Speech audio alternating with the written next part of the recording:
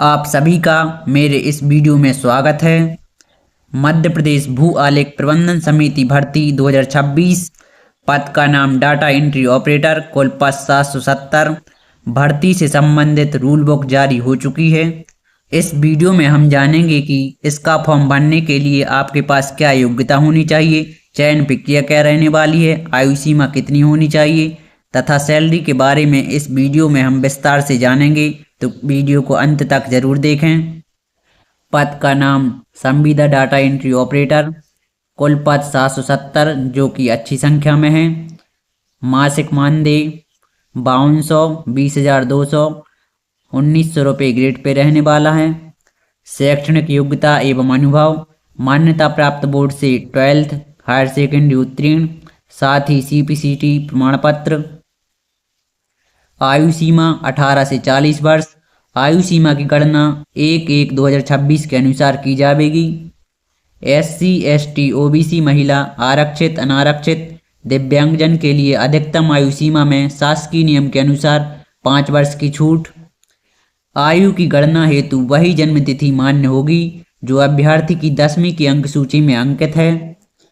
केवल मध्य प्रदेश के मूल निवासी जो इन पदों पर निर्धारित अर्हताएं रखते हैं वही केवल इसका आवेदन कर सकते हैं।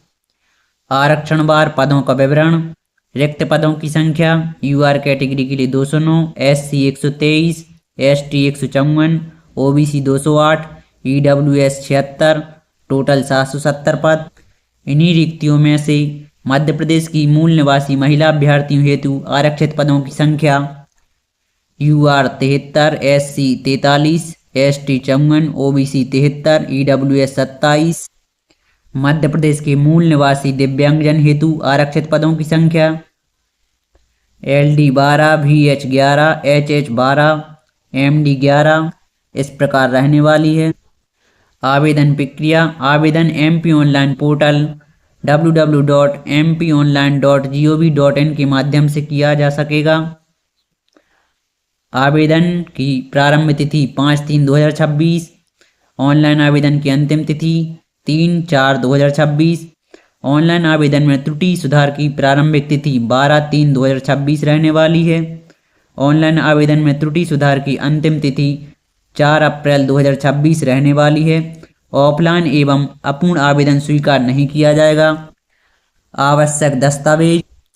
आवेदन के समय अभ्यर्थी को निम्नलिखित स्वप्रमाणित दस्तावेजों को अपलोड करना होगा: हाई स्कूल सर्टिफिकेट परीक्षा की अंक सूची अर्थात 10th की मार्कशीट, 10+2 शिक्षा प्रणाली से 12th की मार्कशीट, CPCT का उत्तीर्ण स्कोर कार्ड जिसकी वैधता प्रमाण पत्र जारी होने की दिनांक से 7 वर्ष तक रहेगी, मध्य प्रदेश का मूल निवास प्रमाण पत्र, सक्षम अधिकारी द्वारा जारी वैध जाति प्रमाण पत्र।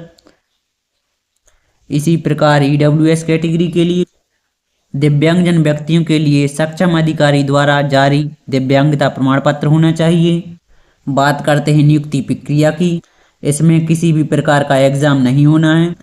आवेदकों की मेरिट सूची CPCT के स्कोर कार्ड में प्राप्त अंकों के आधार पर तैयार की जाएगी। CPCT के स्कोर कार्ड से अंकों की गणना निम्नानुसार की जाएगी। CPCT के स्कोर कार्ड में 2 सेक्शन होते हैं। प्रथम सेक्शन कंप्यूटर प्रेफरेंसी, दूसरा सेक्शन नेट टाइपिंग हिंदी अंग्रेजी स्पीड का होता है। नेट टाइपिंग स्पीड के लिए हिंदी टाइपिंग में डाटा एंट्री ऑपरेटर के लिए क्वालिफाइड होना आवश्यक है।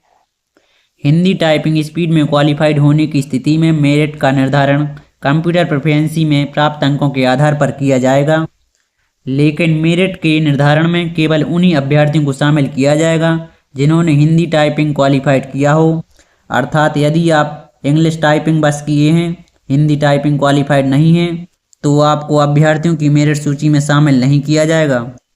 यदि 2 या अधिक आवेदकों के कंप्यूटर प्रेफरेंसी में समान अंक होंगे तो हिंदी टाइपिंग के अंकों के आधार पर मेरिट का निर्धारण किया जाएगा। हिंदी टाइपिंग में समान अंक होने पर अंग्रेजी टाइपिंग के अंकों के आधार पर मेरिट का निर्धारण किया जाएगा। मेरिट में 2 आवेदकों को कंप्यूटर प्रेफरेंसी हिंदी एवं अंग्रेजी नेट टाइपिंग सभी में समान अंक होने पर अधिक आयु वाले आवेदक को प्राथमिकता दी जाएगी। उम्मीदवारों को नियमों एवं चयन मापदंडों का अवलोकन करना चाहिए और पद के लिए आवेदन करने से पहले पात्रता सुनिश्चित करनी चाहिए। उम्मीदवार चयन प्रक्रिया के दौरान अयोग्य पाया जाता है और किसी भी समय उम्मीदवार द्वारा प्रदान किया गया विवरण गलत पाया जाता है तो इस स्थिति में उम्मीदवार की उम्मीदवारी किसी भी बिंदु पर अयोग्य घोषित की जा सकेगी। अभ्यर्थियों की प्रतीक्षा सूची तैयार की जाएगी जिसकी वैधता परिणाम घोषित होने से 18 माह तक वैध होगी। उम्मीदवार के उत्तीर्ण होने के उपरांत पदों की पूर्ति हेतु चॉइस फिलिंग की कार्यवाही पृथक से की जाएगी। संविदा नियुक्ति शर्तें। संविदा नियुक्ति के दौरान दोनों पक्षों में से किसी एक पक्ष द्वारा 1 माह का नोटिस देकर या वेतन देकर संविदा नियुक्ति समाप्त की जा सकेगी। संविदा नियुक्ति के दौरान शासकीय आवास ग्रहण की पात्रता नहीं होगी।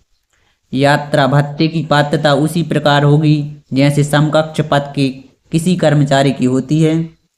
संविदा नियुक्ति 1 वर्ष के लिए की जाएगी। प्रत्येक वर्ष कार्य का मूल्यांकन किया जाएगा। आवश्यकता एवं उपयुक्तता होने पर अवधि बढ़ाई जा सकेगी। नियुक्ति से संबंधित जानकारी आप रूल बुक में जरूर पढ़ें। रूल बुक को डाउनलोड करने के लिए आपको अपने मोबाइल या कंप्यूटर में किसी भी ब्राउज़र को ओपन कर लेना है और सर्च बॉक्स में सर्च करना है चयन पोर्टल। आपको सबसे पहले ऑप्शन चयन पोर्टल का दिखेगा, आपको इसी पर क्लिक कर देना है। आपके सामने इस प्रकार की विंडो आएगी जिसमें आपको बहुत सारे ऑप्शन देखने को मिलेंगे। आपको नीचे MPLRS का ऑप्शन दिखेगा, इसके नीचे आपको गो वाले ऑप्शन पर क्लिक करना है। जैसे ही आप गो पर क्लिक करते हैं आपके सामने इस प्रकार का पेज आएगा जिसमें आपको नीचे rule book for data entry operator DEO requirement of MPLRS देखने को मिलेगा। आपको यहाँ एक तीर का निशान देखने को मिलेगा, आपको इसी पर क्लिक कर देना है। तो इस प्रकार आपकी रूल बुक डाउनलोड हो जाती है। आप इसमें सभी नियम शर्तों को अच्छे तरीके से पढ़ लें, इसके बाद ही इसका आवेदन फिल करें। नेक्स्ट वीडियो इसका फॉर्म फिल करने से संबंधित आएगा। तो चलिए इस वीडियो को यहीं समाप्त करते हैं। यदि यह वीडियो थोड़ा भी हेल्पफुल लगा हो तो वीडियो को लाइक करें, साथ ही चैनल को सब्सक्राइब करें और अपने दोस्तों के साथ शेयर करें। बेल आइकन को ज़रूर दबाएं ताकि आने वाले वीडियो का नोटिफिकेशन आपको सबसे पहले मिल सके। धन्यवाद। आपका हर दिन शुभ हो।